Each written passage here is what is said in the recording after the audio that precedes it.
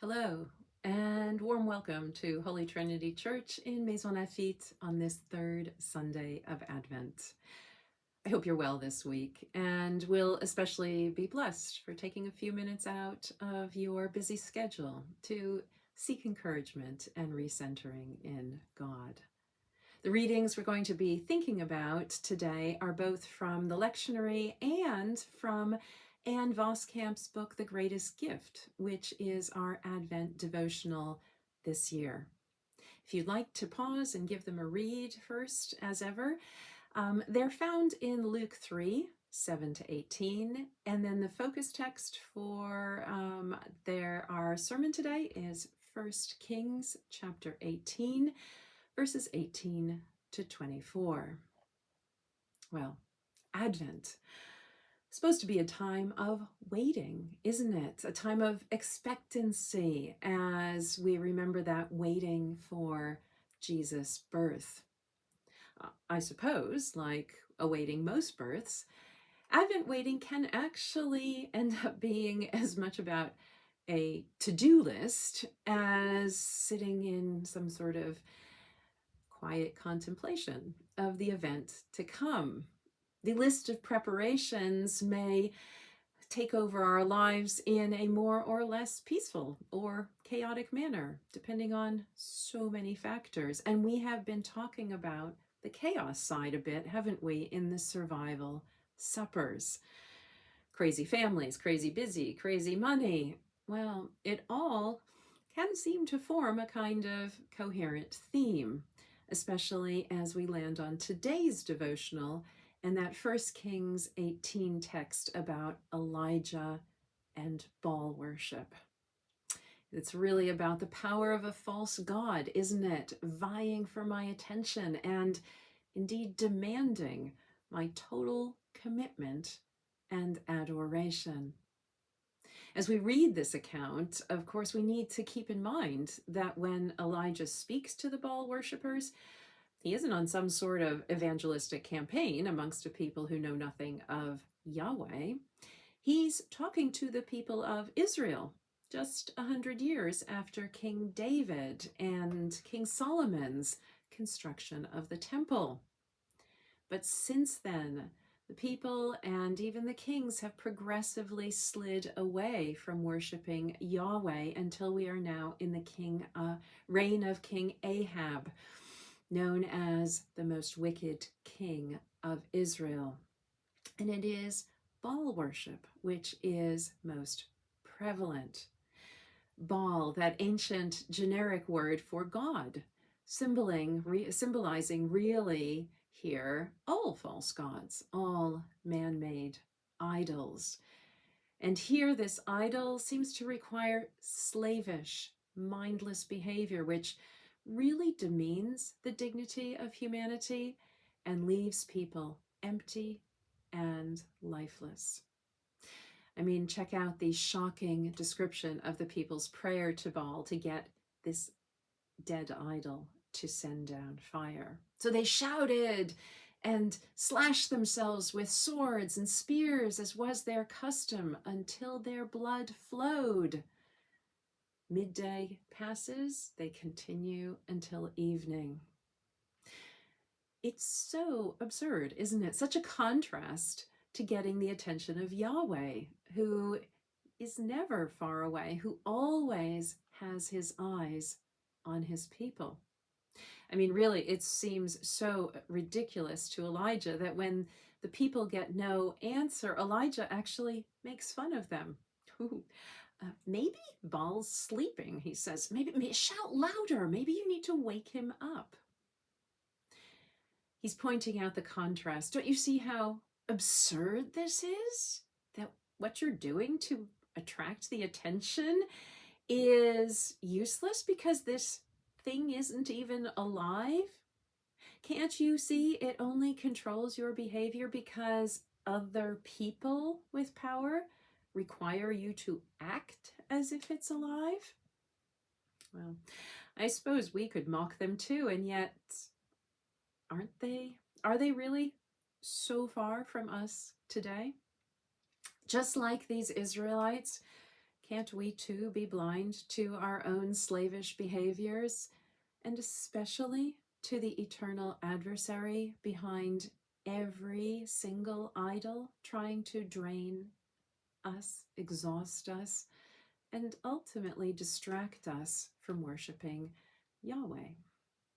And Voskamp writes, what every idol ultimately wants is to make your blood run wild and make you dance and drive you right into the unforgiving ground. Every idol wants you to be cut open for it. And she also writes, now you know you have an idol whenever you have to perform. Yikes. What are my performance idols? The ones I slash myself for or don't think I've done enough for. They're really hard to spot. This week, as I was thinking about this, I mistakenly posted something in the Greatest Gift chat and then quickly erased it and apologized. But one of you, who sit in the pews usually, wrote to me ever so gently in a private post and said, all is well. Breathe deep. There is no performance you have to uphold here.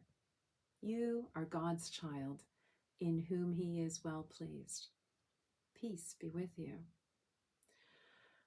Wow. Well, first of all, I didn't realize my apology could have suggested that I had a need to perform. But I was so touched by the grace of this message, the love in it. And I had to also pause and really think about what had been going on in my heart. And that was a good thing.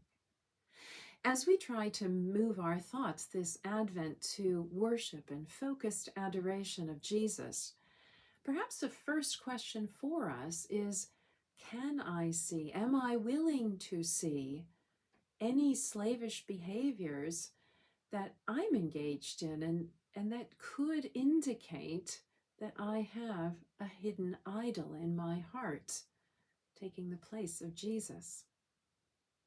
Now, if that question seems really difficult, if your immediate reaction is to reject it as too intrusive or too challenging, well, you're in good company. It's what all of humanity does. None of us wants to be challenged about our secret objects of worship.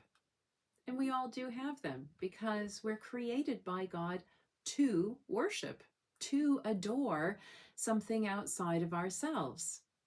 Anne writes, every moment you live bowed down to something. Well, that takes some thinking about, doesn't it?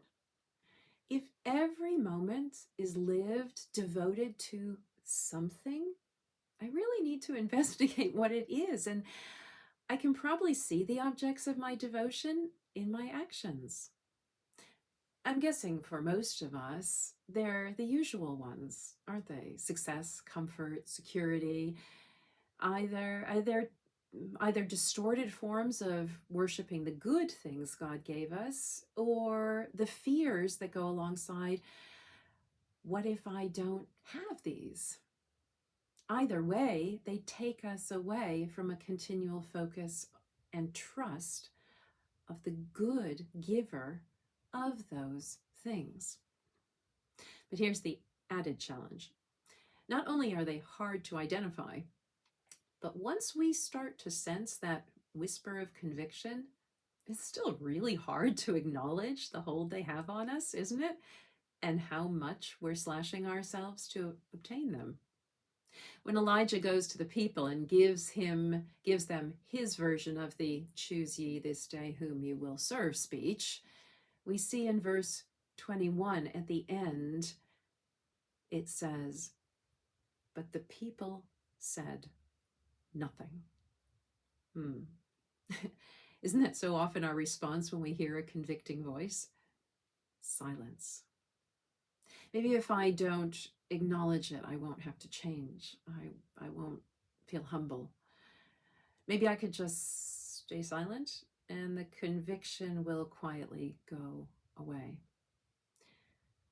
But there is no freedom for the people in this response. This is when they go on to slash themselves instead and bleed before this equally silent idol.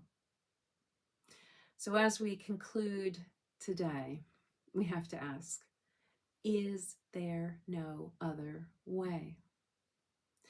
Well, the absolute miracle of Christmas, of course, that we're looking forward to real celebration of, is the complete reversal of what's required of us. Anne invites us to contemplate with these words.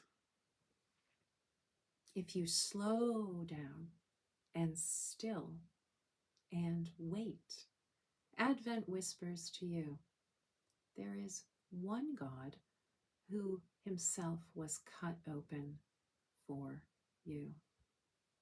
Or in the words of Tim Keller, Jesus gives you freely what every other God says you can only get through your performance. Jesus gives you through his blood what every other God demands through yours. When we give ourselves time to absorb this, to really take it into our hearts, the relief is immense. Our blood is not required. This baby lying in a humble manger, this Jesus is the all-powerful and holy God of the universe giving himself to me.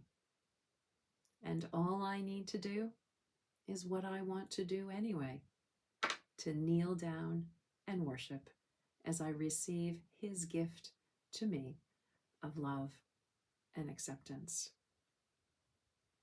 Amen.